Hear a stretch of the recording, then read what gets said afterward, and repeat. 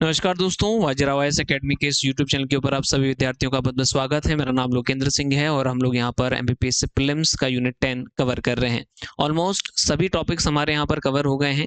तो जो विद्यार्थी इस वीडियो को पहली बार देख रहे हैं, अगर उनको जनजातियों से संबंधित कोई और भी टॉपिक देखना हो तो इसी यूट्यूब चैनल के प्लेलिस्ट में जाकर के आप लोग पूरे वीडियोज को देख सकते हैं।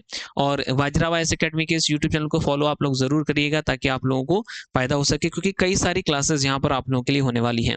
लास्ट जो हमारी क्लास हुई थी दोस्तों, उसमें मैंने आप लोगों को जनजातीय संस्थानों का अध्ययन करवा दिया था। अब हम लोग संग्रहालय, इट मीन्स के म्यूजियम्स, और प्रकाशन, इट मीन्स के जो हमारे यहाँ पर पब्लिकेशंस हैं, उनको हम लोग यहाँ पर देखने वाले हैं।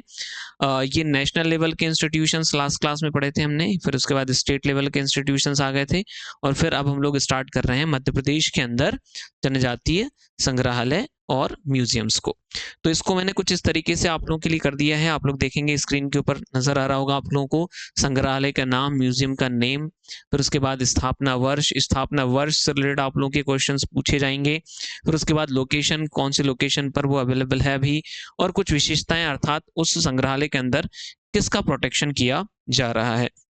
इसमें जो पहला हमारा संग्रहालय दोस्तों, उसका नाम है इंदिरा गांधी मानव संग्रहालय, इंदिरा गांधी म्यूजियम, जो स्टैब्लिश हुआ था 1977 में। हालांकि 1979 में इसको भोपाल लाया गया था। तो दोनों में से जो भी ऑप्शन हो आप लोग वो लगा करके आ जाइएगा। फिर उसके बाद अभी लोकेशन इसकी एट प्रेजेंट जो है वो भोपाल के अंदर इसकी एट प्रेजेंट लोकेशन है। इसमें हो क्या रहा है दोस्तों, इसमें भारत की जो आदिवासियों की लोक कला है, साथ साथ अनुसूचित जाति के साथ साथ जनजाति के आधार विकास और मानव सभ्यता की कहानी को इसमें प्रस्तुत किया गया है। कुछ चित्रों के माध्यम से, कुछ मूर्तियों के माध्यम से, कुछ आदिवासियों की कला तथा आर्ट के माध्यम से, जैसे उन्होंने बांस का, बैम्बू का कुछ बनाया हुआ है, उनके द्वारा किसी ट्री के किसी स्पेशल पार्ट का कुछ बनाया गया है। तो वो सारे आर्ट एंड क्राफ्ट्स उनके वहां पर प्रोटेक्टेड किए जा रहे हैं, और लोगों को बताया जा रहा है कि भारत तथा मध्य प्रदेश के अंदर ट्राइबल्स की जो स्पेशल आर्ट एंड क्राफ्ट्स हैं वो किस तरीके की रही हैं, तो वो यहाँ पर प्रोटेक्ट की जा रही हैं। फिर उसके बाद मध्य प्रदेश राज्य जनजाति संग्रहालय है, मध्य प्रदेश स्टेट का ट्राइबल म्यूजियम है। ये स्टैब्लिश किया गया था दोस्तों 1964 में। तो स्टैब्लिशमेंट ईयर याद रखेंगे, लोकेशन याद रखेंगे। लोकेशन एट प्रेजेंट जो है भोपाल के अंदर स्थित है। इसमें क्या किया जा रहा है, इसमें मध्य प्रदेश, इसके अंदर मध्य प्रदेश में जो भी जनजातियां हैं, मध्य प्रदेश के अंदर जो भी ट्राइब्स हैं, उनके उनके कला तथा संस्कृति को इसमें प्रोटेक्ट किया जा रहा है। इसके माध्यम से कई सारे कल्चरल इवेंट्स होते हैं जिनमें ट्राइबल्स के कल्चर को प्रोटेक्ट करने की बात होती है और उनके कल्चर रिलेटेड एक्टिविटीज यहाँ पर करवाई जाती है। फिर उसके बाद नेक्स्ट हमारा जो पार्ट आ जाता है वो है त्रिवेणी संग्रहालय, त्रिवेणी म्यूजियम। आप लोगों ने त्रिवेणी घाट का नाम भी सुना होगा, जो कि उज्जैन के अंदर स्थित है दोस्तों।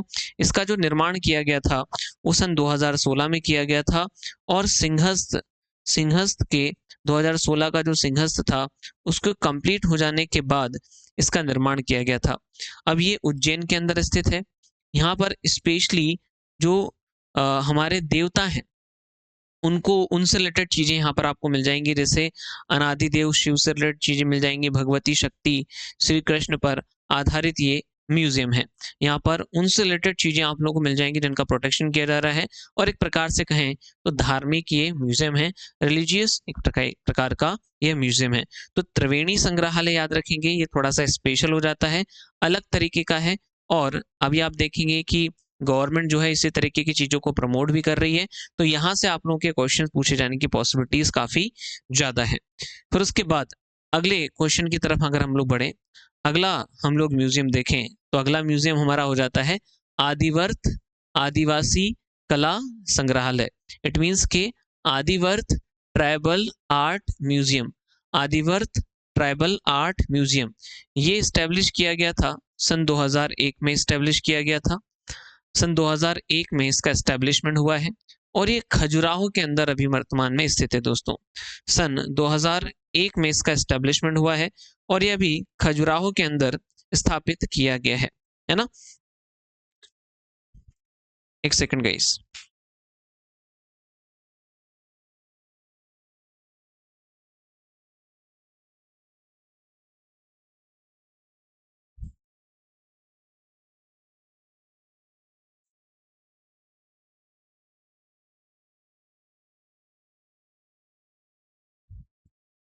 चलिए, तो ये 2001 में स्टैब्लिश किया गया है, खजुराहो के अंदर ये स्थापित किया गया है। फिर इसको अभी हाल ही में देखें तो वापस से इसको रिकंस्ट्रक्ट भी करवाया गया है। यहाँ पर जनजातीय कला का प्रदर्शन किया गया है, साथ में लोक कला को भी यहाँ पर संरक्षण दिया गया है। ट्राइबल के जो आर्ट्स हैं उनको यहाँ पर प्रोटेक्ट किया गया है, उनके फोल्क आर्ट, उनके फोल्क म्यूजिक, फोल्क डांस, उन सब से रिलेटेड चीजों को यहाँ पर प्रोटेक्ट किया जा रहा है। तो आदिवर्त आदिवासी कला संग्रहालय, आदिवर्त ट्राइबल आर्ट म्यूजियम 2001 में खजुराहो के अंदर एस्टेब्लिश किया गया था। फिर श्री बादल भोई आदिवासी संग्रहालय, श्री बादल भोई ट्राइबल म्यूजियम, ये 1954 में एस्टेब्लिश हुआ है दोस्तों। और छिंदवाड़ा के अंदर इसका एस्टेब्लिशमेंट हुआ है, याद रखेंगे ये छिंदवाड़ा में स्थित है। और यहाँ पर भी आदिवासियों से रिलेटेड चीजों को ही प्रोटेक्ट किया जा रहा है। ठीक है, इसमें ज्यादा डिटेल में अपन नहीं जाएं, आदिवासी गोत्र चिन्ह को यहाँ पर प्रोटेक्ट किया जा रहा है। जैसे हमारे यहाँ पर जब मैंने आप लोग को ट्राइब्स पढ़ाया है, तो ट्राइब्स पढ़ाते समय मैंने कहा है कि अलग अलग जो जनजातियां हैं उनके अपने अपने गोत्र के प्रतीक हैं। जैसे भील जनजाति है तो उनका अपने गोत्र हैं और उनके अपने गोत्र के प्रतीक हैं, अलग अलग हैं। जैसे वो किसी विशेष वृक्ष को अपना चिन्ह मानते हैं, वो किसी विशेष पक्षी को, किसी विशेष जीव को अपना चिन्ह मानते हैं, गोत्र चिन्ह मानते हैं। तो उस तरीके की चीजें यहाँ पर आप लोगों को मिल जाती हैं। फिर उसके बाद दोस्तों सहरिया जनजातीय संग्रहालय है, सहरिया ट्राइबल म्यूजियम है, जो 1990 में एस्टेब्लिश किया गया था। एस्टेब्लिशमेंट ईयर स्पेशली आप लोग आवश्यक तौर पर याद रखें, श्योपुर के अंदर ये स्थापित है। सहरिया ट्राइब उधर ही रहती है, तो सहरिया जनजाति का म्यूजियम भी उधर ही स्थापित किया गया है। ये भारत का एकमात्र सहरिया संग्रहालय दोस्तों, जिसमें सहरिया की संस्कृति को संरक्षण दिया जा रहा है। इंडिया का one and only Sahariya tribe museum है, जिसमें सहरिया ट्राइब के कल्चर को प्रोटेक्ट किया जा रहा है। तो भैया कहाँ पर बना हुआ है, तो ये श्योपुर में बना हुआ है। 1990 में इसको एस्टेब्लिश किया गया था। फिर रानी दुर्गावती संग्रहालय, रानी दुर्गावती संग्रहालय 1976 में स्थापित किया गया और जबलपुर के अंदर इसका एस्टेब्लिशमेंट हुआ है। यहाँ पर क्या है दोस्तों, गौड़ जो राजा थे उनसे संबंधित चीजों को यहाँ पर प्रोटेक्ट किया गया है। तो यहाँ पर देखेंगे गौंड तथा कलचुरी राजाओं की पूरा सामग्री, अर्थात उनके द्वारा युद्ध में उपयोग में लाई गई सामग्री, वॉर में यूज की गई जो भी मटेरियल्स हैं, उनको यहाँ पर बताया गया है। रानी दुर्गावती के रण कौशल, उनके साहस, उनकी वीरता की कहानी को यहाँ पर चित्रों में प्रदर्शित किया गया है। इट मीन्स के preserve the artifacts of the Kalchuri and Gond dynasty and showcase Rani Durgavati valor and bravery। इनको चित्रों के माध्यम से, फोटोज के माध्यम से वहां पर बताया गया है। फिर नेक्स्ट अगला पॉइंट अगर हम लोग देखें, इसमें अगला आ जाता है हमारा राजा शंकर शाह रघुनाथ शाह संग्रहालय। राजा शंकर शाह रघुनाथ शाह संग्रहालय, ये जो है दोस्तों राजा शंकर शाह संग्रहालय, ये 15 नवंबर सन 2024 को एस्टेब्लिश किया गया। ये जबलपुर में एस्टेब्लिश किया गया है। और यहाँ पर आप देखेंगे शंकर शाह और रघुनाथ शाह, शंकर शाह और रघुनाथ शाह के जो मटेरियल्स हैं, उनके द्वारा जो चीजें यूज में लाई गई हैं, जैसे 1857 के रिवोल्ट में इनको तोप से उड़ा दिया गया था, तो इन्होंने कौन कौन से मटेरियल्स को यूज किया है वॉर के अंदर, वो सारी चीजें यहाँ पर आप लोगों को मिल जाएंगी। इसके अलावा अपन देखें तो उनके राजकाज में जो चीजें थी वो यहाँ पर आप लोगों को मिल जाएंगी। उनकी वीरता की कहानी को चित्रों के माध्यम से यहाँ पर बताया गया है। फिर आगे की कहानी देखें अपन तो आ जाता है दोस्तों टंटिया भील संग्रहालय। नेक्स्ट जो आ जाता है वो आ जाता है आप लोगों का टंटिया भील संग्रहालय, टंटिया भील म्यूजियम। टंटिया भील संग्रहालय जो है वो खंडवा में स्थित है। खंडवा के अंदर इसको एस्टेब्लिश किया गया है। टंटिया भील संग्रहालय को खंडवा में एस्टेब्लिश किया गया है। और ये जो संग्रहालय दोस्तों, यहाँ पर टंटिया भील तथा भीमा नायक की जो भी वीरता की कहानी है, उन जो भी ब्रेवरी की उनकी पॉइंट्स हैं, उन सब को चित्रों के माध्यम से, पिक्स वगैरह के माध्यम से यहाँ पर बताया गया है। फिर उसके बाद आते हैं जनजातीय संस्कृति संग्रहालय, ट्राइबल कल्चर म्यूजियम। इसका जो एस्टेब्लिशमेंट ईयर है दोस्तों वो 2011 है। इसका एस्टेब्लिशमेंट ईयर जो है वो 2011 है। है ना, ये नाम याद रखेंगे, जनजातीय संस्कृति संग्रहालय। स्टैब्लिशमेंट ईयर 2011 है, भोपाल में इसका स्टैब्लिशमेंट हुआ है। ये भी ट्राइबल्स के कल्चर को प्रोटेक्ट करने का काम करता है, ट्राइबल के आर्ट को प्रोटेक्ट करने का ये भी काम करता है। आदिवासी संग्रहालय पातालकोट में भी है दोस्तों, ट्राइबल म्यूजियम पातालकोट के अंदर भी स्टैब्लिश किया गया है और ये 1954 में बनाया गया था।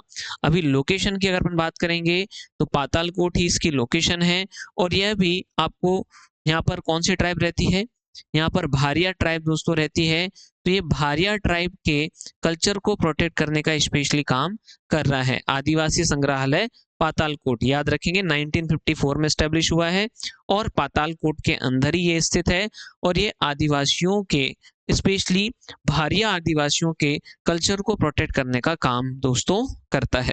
ठीक है, अब इसके बाद अगला सेक्शन जो हमारा आ जाता है दोस्तों वो आता है प्रकाशन का या पब्लिकेशन का, है ना। प्रकाशन या पब्लिकेशन के ऊपर हम लोग आ जाते हैं। अब प्रकाशन पब्लिकेशन को भी मैंने आप लोगों के लिए टेबल में ही अरेंज कर दिया ताकि याद करने में आप लोगों को प्रॉब्लम ना आए। इसमें पब्लिकेशन का नाम यहाँ पर आप लोगों को सबसे पहले मिलेगा कि कौन सा पब्लिकेशन है, फिर उसके बाद आप लोगों को मिल जाएगा इसका स्टैब्लिशमेंट ईयर या फिर किस वर्ष ये पब्लिश हुआ है वो आपको मिल जाएगा, लेखक कौन रहे हैं, इसके राइटर कौन रहे हैं, प्रकाशनकर्ता कौन रहा है, मतलब कौन सा पब्लिकेशन ने पब्लिश किया हुआ है। तो ये सारी इंफॉर्मेशन यहाँ पर आप लोगों को मिल जाएगी। यहाँ से क्वेश्चन लास्ट जो पूछा गया आप लोगों का वन्या पूछा गया है ना, वन्या का प्रकाशन कब से स्टार्ट हुआ है, वन्या का पब्लिकेशन कब से स्टार्ट हुआ है वो पूछा गया है। तो हम लोगों ने तो यहाँ पर थोड़ी सी और एक्स्ट्रा इन्फॉर्मेशन से ले ली है कि आप लोगों को पब्लिक जो बुक है ना वो, है ना, या पत्रिका है मैगजीन है उसका नाम यहाँ पर मिल जाएगा। फिर उसके बाद आपको यहाँ पर मिल जाएगा इसका ईयर, यहाँ पर हो जाएगा उसके राइटर्स और यहाँ पर हो जाएगा किसने उसको पब्लिश किया है। तो किसी भी तरीके का क्वेश्चन अगर आप लोगों का यहाँ से पूछ लिया जाता है तो सारे क्वेश्चंस आप लोगों के पूरे यहाँ से बन जाएंगे। सबसे पहले हम लोग स्टार्ट करते हैं चौमासा को। चौमासा जो है दोस्तों ये एक प्रकार की पत्रिका है, एक प्रकार की मैगजीन है जो 1983 से प्रकाशित हो रही है। स्पेशल आप लोग बिल्कुल एकदम कंठस्थ याद कर लीजिए चौमासा। इस बार चौमासा के पूछे जाने की पॉसिबिलिटीज बहुत ज्यादा है।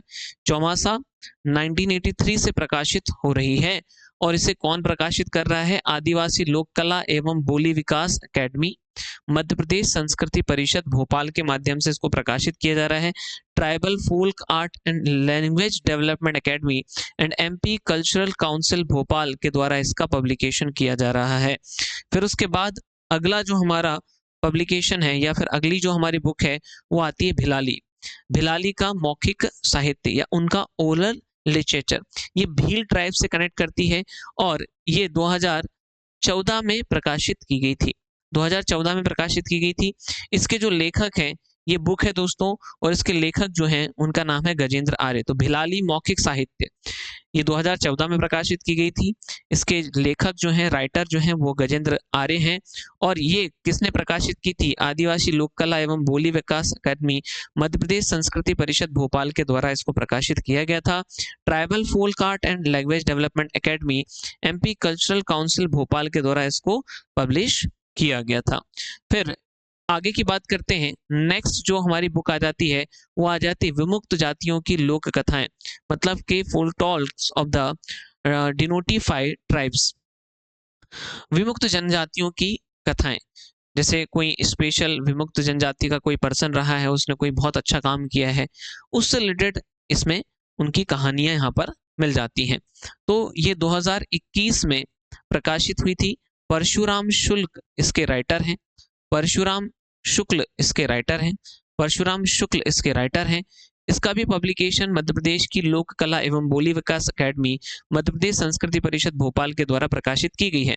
Tribal folk art and language development academy MP cultural council Bhopal के द्वारा इसका डेवलपमेंट या जो है पब्लिकेशन किया गया है। फिर उसके बाद आता है दोस्तों रामा भील। रामा भील जो है दोस्तों ये एक पर्सन थे जिनसे रिलेटेड एक बुक जो है लिखी गई है, जनजातीय संस्कृति एवं इतिहास की नायक, hero of tribal culture and history. ये रामा भील से रिलेटेड एक प्रकार की बुक है और ये 2019 में प्रकाशित की गई थी। इसके जो लेखक थे उनका नाम था डॉक्टर पूरन सहगल, उनका नाम था डॉक्टर पूरन सहगल। तो क्या सर हमारे ऐसे क्वेश्चंस हो सकते हैं क्या? बिल्कुल हो सकते हैं, क्योंकि पब्लिकेशन आपके स्पेशली आपके सिलेबस के अंदर लिखा हुआ है। तो ये बुक का नाम दे देंगे और पूछेंगे किसने लिखी। हालांकि ट्राइबल रिलेटेड बहुत इंपॉर्टेंट बुक्स तो मैं आप लोगों को स्टार्टिंग से इस पूरी सीरीज में समय समय पर बताता आया हूँ। गौंड से रिलेटेड कुछ स्पेशल पब्लिकेशंस हैं, है ना। गौंड से रिलेटेड कुछ स्पेशल बुक्स हैं, भील से रिलेटेड स्पेशल बुक्स हैं, बेगा से रिलेटेड स्पेशल बुक्स हैं। तो मैं आपको बताता हुआ आया हूँ बीच बीच में। तो वहां से तो क्वेश्चन आ ही सकते हैं, यहाँ से भी आपके क्वेश्चंस पूछे जा सकते हैं। इसका जो पब्लिकेशन है वह भी सेम एकेडमी के माध्यम से किया जा रहा है।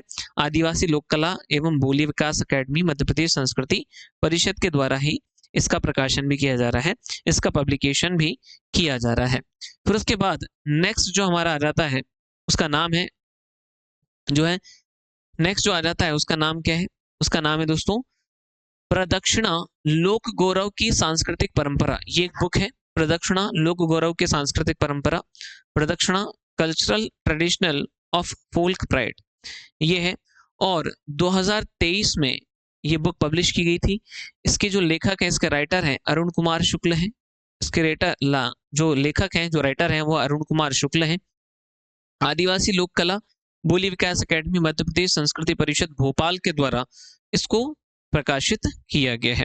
फिर आते हैं दोस्तों हम लोग भीली कथाओं के ऊपर, भीली स्टोरी के ऊपर आ जाते हैं।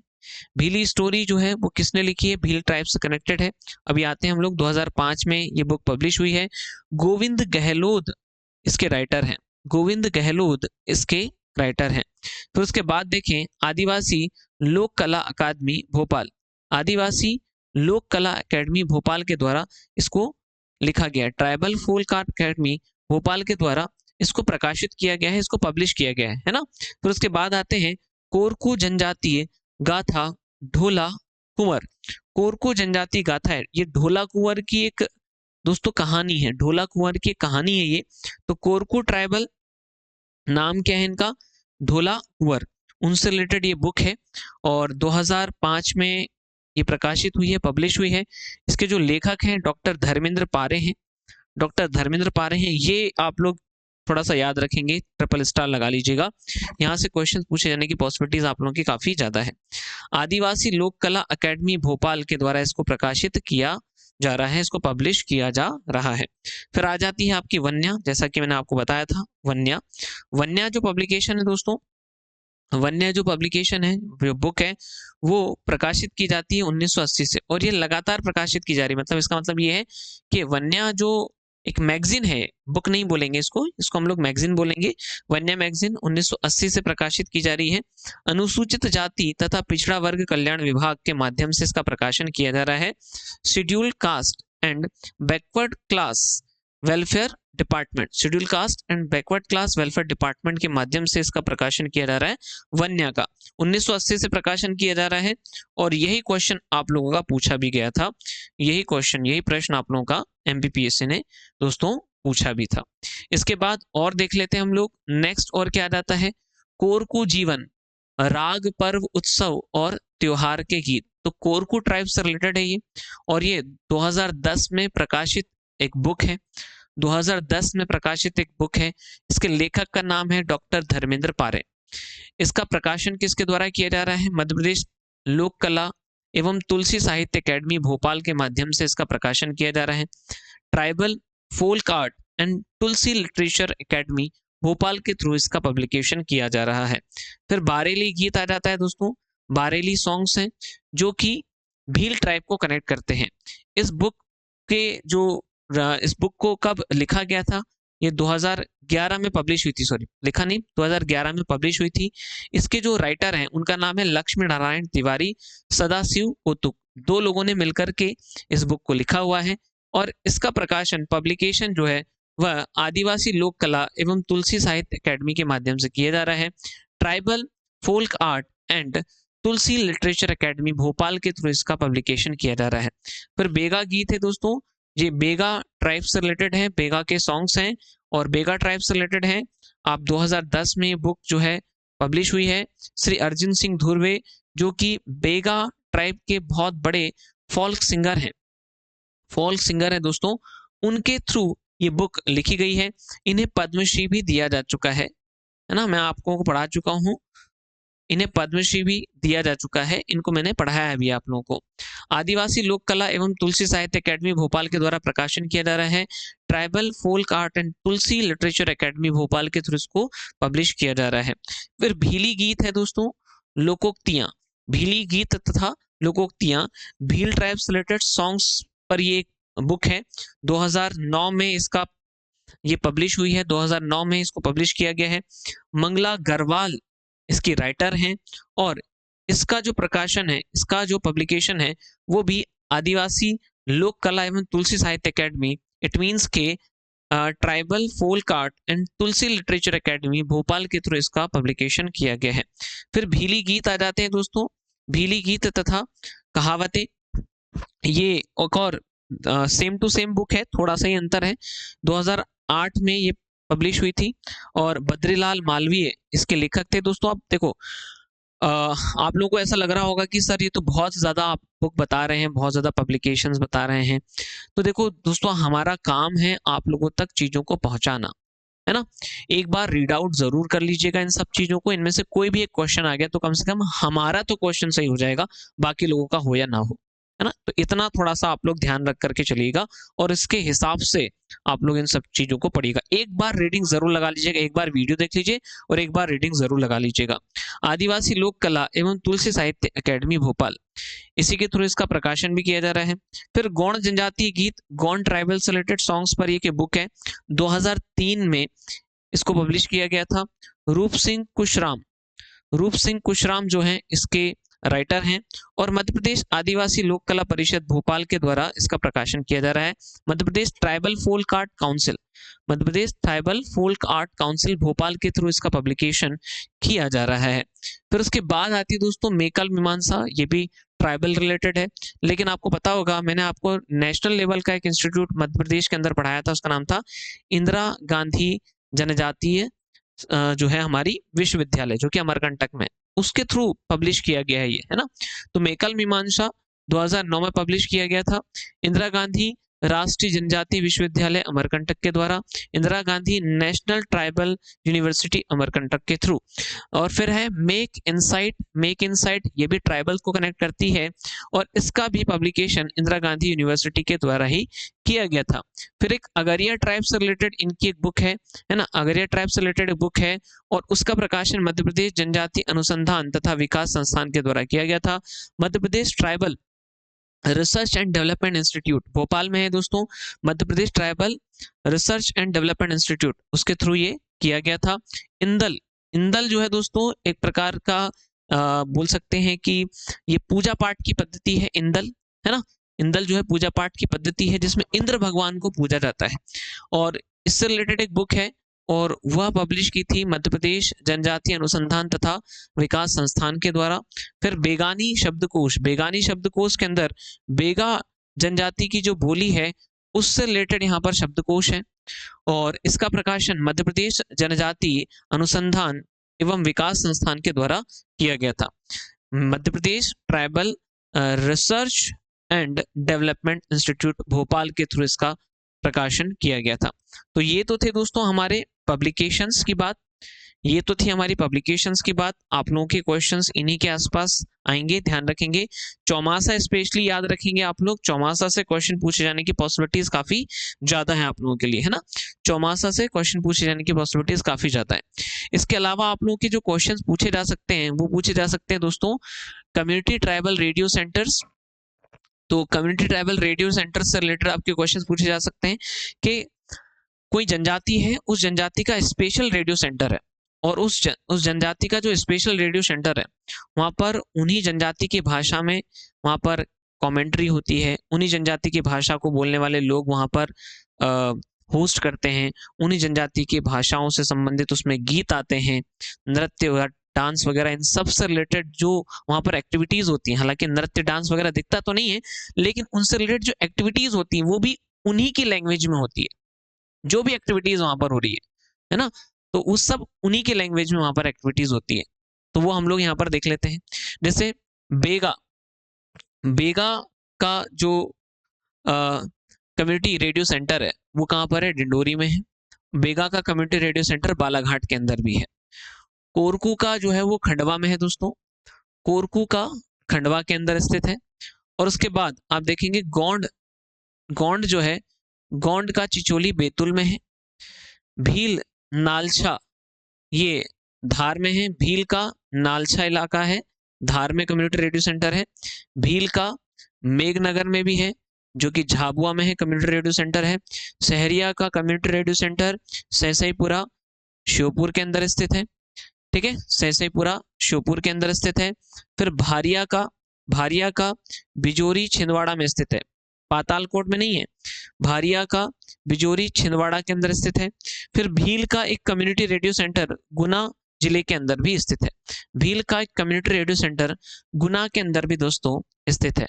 तो अभी तक हम लोगों ने संग्रहालय, इट मीन्स के म्यूजियम जो कि ट्राइबल्स को कनेक्ट करते हैं, और साथ ही साथ हम लोगों ने प्रकाशन, इट मीन्स के पब्लिकेशंस जहां से आपके क्वेश्चंस हो सकते हैं वो कवर यहाँ पर किए हैं। और साथ साथ भील कम्युनिटीज के या अलग अलग ट्राइबल की कम्युनिटीज से संबंधित रेडियो हम लोगों ने यहाँ पर देखे हैं। एक बार फिर से जरा आप लोग देख लेंगे। देखो, जो जनजाति जिधर ज्यादा पाई जाती है उसका वहीं पर कम्युनिटी रेडियो सेंटर बनाया गया है।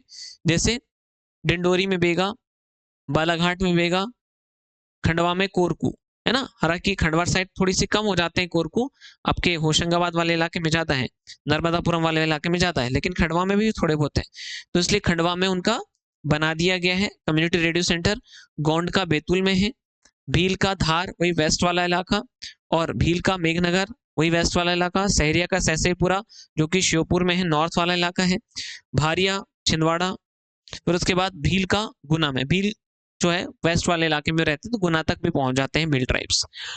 अब इन सबको देखने के बाद, इन सबको पढ़ने के बाद आप देखते हैं कि आपके सिलेबस के अंदर एक टॉपिक और लिखा हुआ है, एक टॉपिक और लिखा हुआ है, और वो है जनजाति की कला और संस्कृति।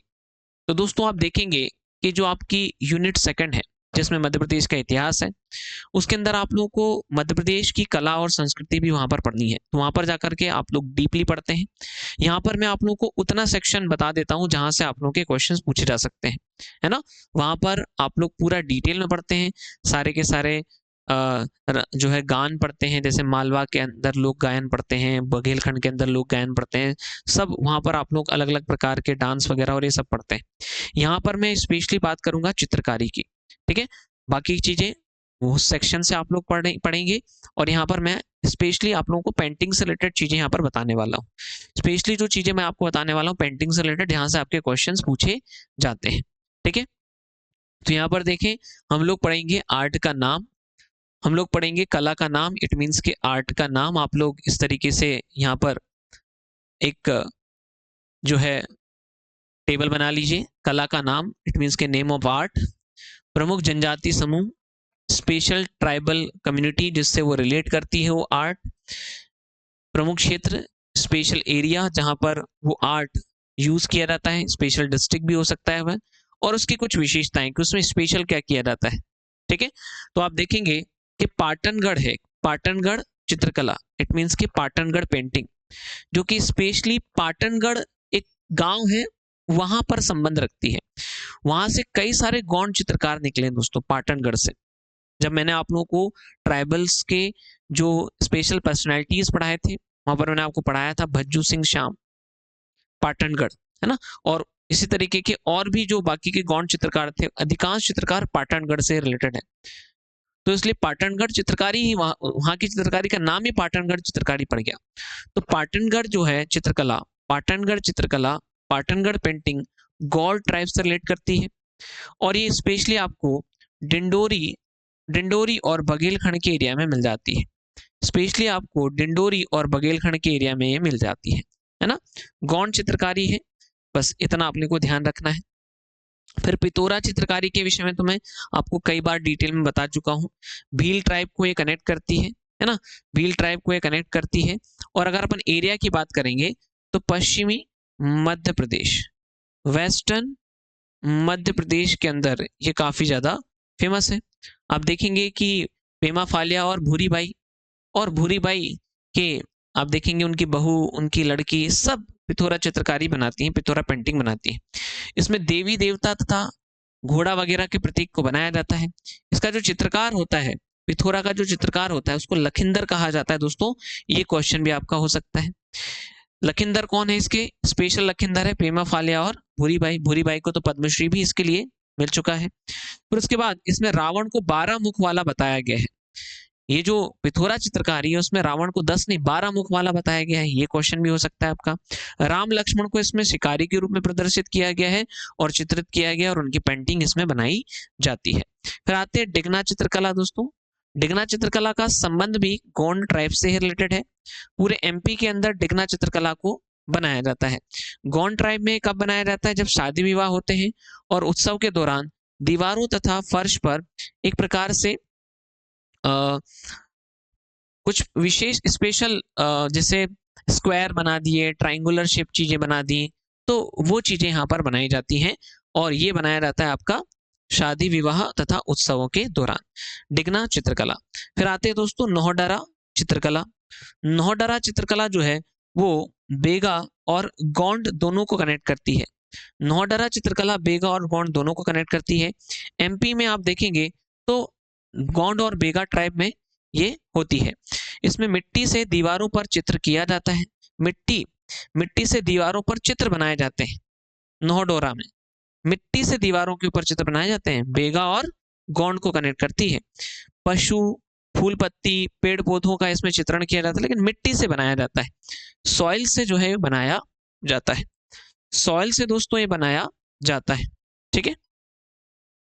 फिर इसके बाद आगे की कहानी अगर अपन देखें, नेक्स्ट अपन बात करते हैं तो कचौली या कचौल चित्रकला हो जाता है।